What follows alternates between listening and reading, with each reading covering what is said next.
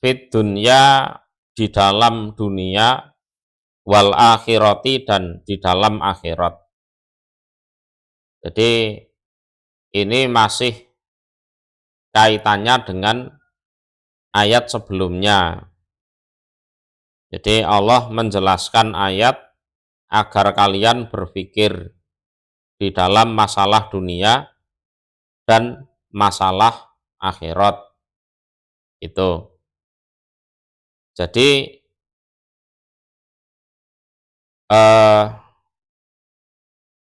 kulil afwa itu tadi mansuh, ya.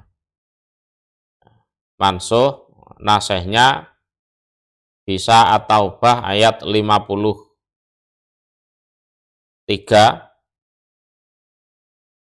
atau At-Taubah ayat 103. Jadi khud min amwalihim sodakotan, ambillah dari harta mereka sebagai sodakoh tutohiruhum, yang mensucikan mereka, watu zakihim biha, dan mensucikan dari dosa, ya, mensucikan dari dosa. Nah, saat diambil oleh Nabi Muhammad itu, ya, keadaannya terpaksa, tuh loh. Kalau ngenteni atau nunggu sisa, ya nggak akan ada sisa, karena tabiatnya manusia itu pelit, ya, pelite pol. Lah, agar kalian berpikir di dalam perkara dunia maupun perkara akhirat. Lah, kalian harus bisa mikir, pada intinya gitu. Urusan dunianya bagaimana, urusan akhiratnya bagaimana. Jadi fatakhuduna bil aslah lakum fihima. Jadi kalian bisa mengambil keputusan di dalam kemaslahatan dunia dan akhirat tersebut. Ya. Jadi atau bisa dikatakan fatakhudhu nama yuslihukum fid dunya wa tunfiqunal baqi fayanfa'ukum fil akhirah. Jadi kalian bisa mengambil kemaslahatan untuk kalian di dunia, dan sisanya bisa kalian infakkan agar bisa bermanfaat di akhirat. Itu arti dari fid dunya wal akhirah, seperti itu.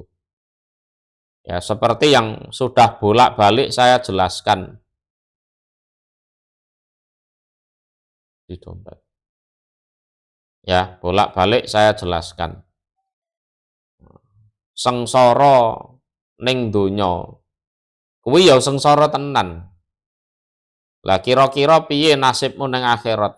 Apa pengen sengsara meneh? Gitu loh, maksudnya seperti itu.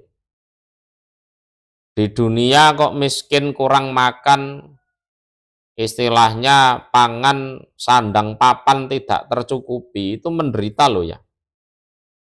Coba dipikir, kalau di dunia miskin aja menderitanya seperti itu, bagaimana kalau miskinnya itu miskin di akhirat? Ya, lebih parah. Lah maka dari itu, mumpung kamu masih di dunia, ya, mumpung kamu masih di dunia ya segera kirimkan hartamu ke akhirat sana. Ini ku nek wong pinter ngono kuwi. Ya.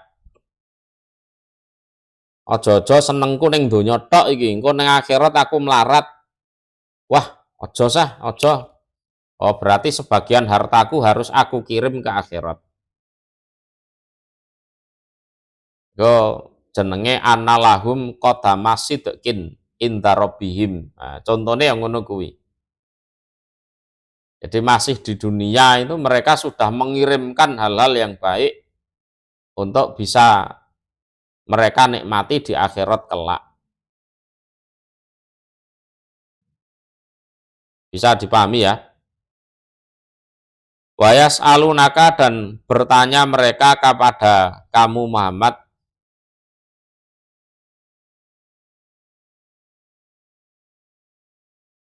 anil yatama tentang urusannya anak-anak yatim. Ya, tentang urusannya anak-anak yatim. Jadi apa ya? Efek dari perang itu kan ada yang meninggal. Kalau ada yang meninggal dan punya anak, otomatis anaknya jadi anak yatim.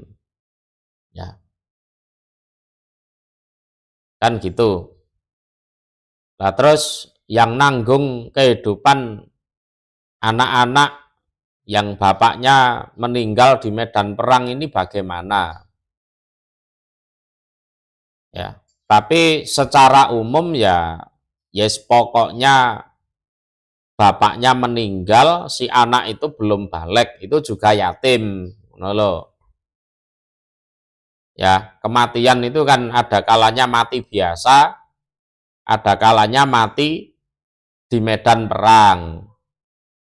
Kalau punya anak, lah anaknya kan jadi anak yatim. Lah terus ini bagaimana ini? Ya, ini bagaimana kalau eh, eh, bapaknya meninggal, terus mereka belum balik. Ya. Mereka bertanya pada akhirnya kepada Nabi Muhammad. Jadi keadaan mereka sendiri itu ya masih kekurangan, ya kan? Terus di sisi lain ada anak yatim yang harus diurusi, ya harus diurusi. Kalau makan mereka itu makannya anak yatim ditanggung oleh mereka, mereka ya keberatan, ngono kan? Terus nek orang ngono ya keleleran anak yatime serba salah. Ya, serba salah. Kul katakan wahai Muhammad, islahun utawi berbuat baik, mengatur bagus, ya. Lahum bagi mereka anak yatim iku khairun, baik. Mengatur bagus ini termasuk anu. Hartanya anak yatim itu dijadikan modal kerja sehingga hartanya itu menghasilkan. Itu islahun lahum khair. Ya. Jadi ngatur bagus maring anak yatim, contohnya ya me, apa menjadikan hartanya itu modal usaha, lah nanti hasilnya itu untuk makan mereka, harta pokoknya itu masih tetap utuh.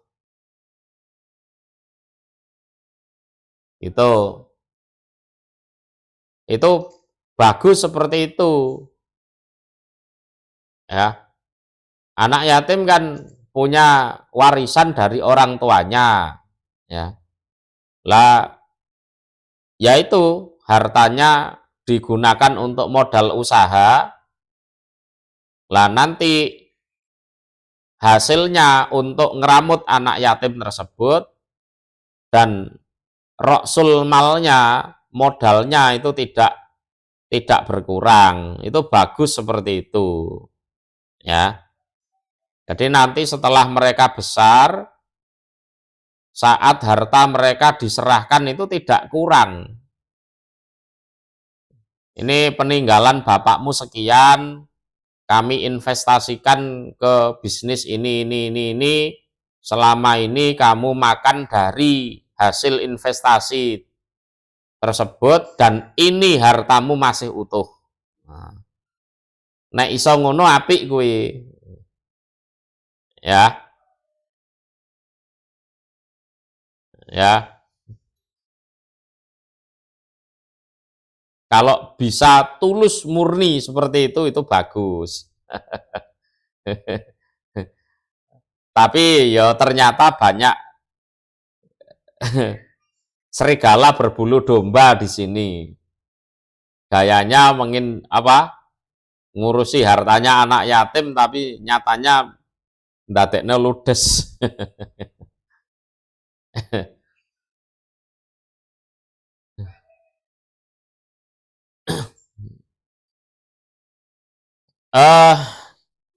Gimana?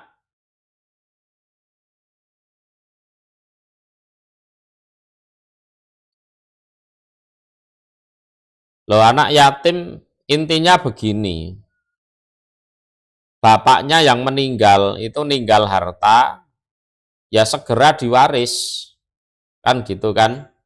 Istrinya dapat berapa, anaknya berapa, masing-masing dapat berapa. Di antara anak-anak itu mungkin ya ada yang sudah balik, ya kan? Ada yang masih bayi.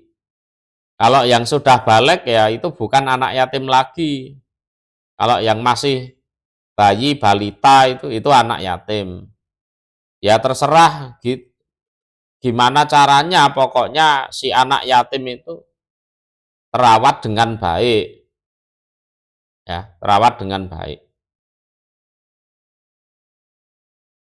Wa in tukhalituhum, dan seandainya mencampur kalian hum pada mereka, jadi harta kalian dan harta mereka itu dicampur jadi satu, ya. Fa ikhwanukum, maka saudara kalian. Jadi mereka menjadi saudara seagama kalian. Jadi fahum ikhwanukum fiddin. Jadi fahum ikhwanukum fiddin. Jadi mereka saudara kalian di dalam agama. Wallahu, dan Allah iku ya'lamu, mengetahui siapa Allah, al-mufsid, pada orang yang merusak, minal muslih, dari orang yang memperbaiki atau berbuat baik. Modus-modus menghabiskan harta anak yatim itu banyak ternyata. Sini, saya buat usaha, ya gitu kan. Sekali dua kali dikasih SHU, ya. Habis itu bablas angine, itu ada model seperti itu, ya. Walau saat, dan seandainya menghendaki sapa Allahu Allah, la'anatakum, niscaya memberatkan siapa Allah kum pada kalian. Memberatkan itu ya ngolah hartanya anak yatim, ya ndak boleh nyampur hartanya dengan harta anak yatim juga ndak boleh. Itu seandainya Allah bikin hukum seperti itu, ya itu haknya Allah, tapi Allah tidak melakukannya. Innallaha, sesungguhnya Allah iku azizun, maha mulia, hakimun, lagi maha menghukumi atau mempunyai hikmah. Itu gitu ya. Jadi umpama sebagai peramut anak yatim, entah itu kakaknya, bisa kakaknya loh ya, bisa pamannya, intinya dari pihak keluarga atau orang lain itu umpama menggunakan harta anak yatim untuk usaha dengan harapan nanti si anak yatim bisa makan dari hasil usahanya dan orangnya bisa dapat gaji dari situ, itu boleh. Ya, jadi ibaratnya si anak yatim modalnya, lah yang ngeramut anak yatim itu si pelaku usahanya, sehingga nanti bagi hasil. Boleh seperti itu. Jadi kul islahul lahum khair. Jadi mereka bisa makan, yang ngeramut anak yatim ya bisa makan, sementara hartanya anak yatim, harta pokoknya tidak berkurang. Jadi podo enake, gitu loh. Ya, podo enake. Kemudian wa in tukhalituhum fa ikhwanukum. Ini hanya dicampur saja. Karena orangnya memang ya nggak bisa usaha. Dicampur saja. Ya, dicampur, engko masak bareng, dipangan bareng gitu. Lah, kalau hanya dicampur saja nanti anak yatimnya sudah besar, otomatis hartanya warisan dari bapaknya ya berkurang banyak itu nanti. Ya kan? Bisa-bisa habis setelah besar karena tidak digunakan untuk usaha. Bisa dimengerti ya? Konteksnya ini ya. Ya. Tapi dua hukum ini, islahun lahum khair dan wa in tukhalituhum fa ikhwanukum, ini ada potensi. Nah, itu datang itu serigala berbulu domba. Kelihatannya baik tapi jahat. Itu Allah tahu loh ya. Merusak, menghabiskan harta anak yatim tapi pura-pura baik. Itu. Nah, ini hati-hati. Jangan sembrono dengan hartanya anak yatim. Lah, walau sa'allah la'anatakum, seandainya Allah menghendaki, Allah memberatkan pada kalian. Ya enggak boleh untuk usaha, ya enggak boleh dicampur. Nah, kalau seperti itu kalian yang berat. Yes, piye padha enake ngono ae lho. Ya, padha enake.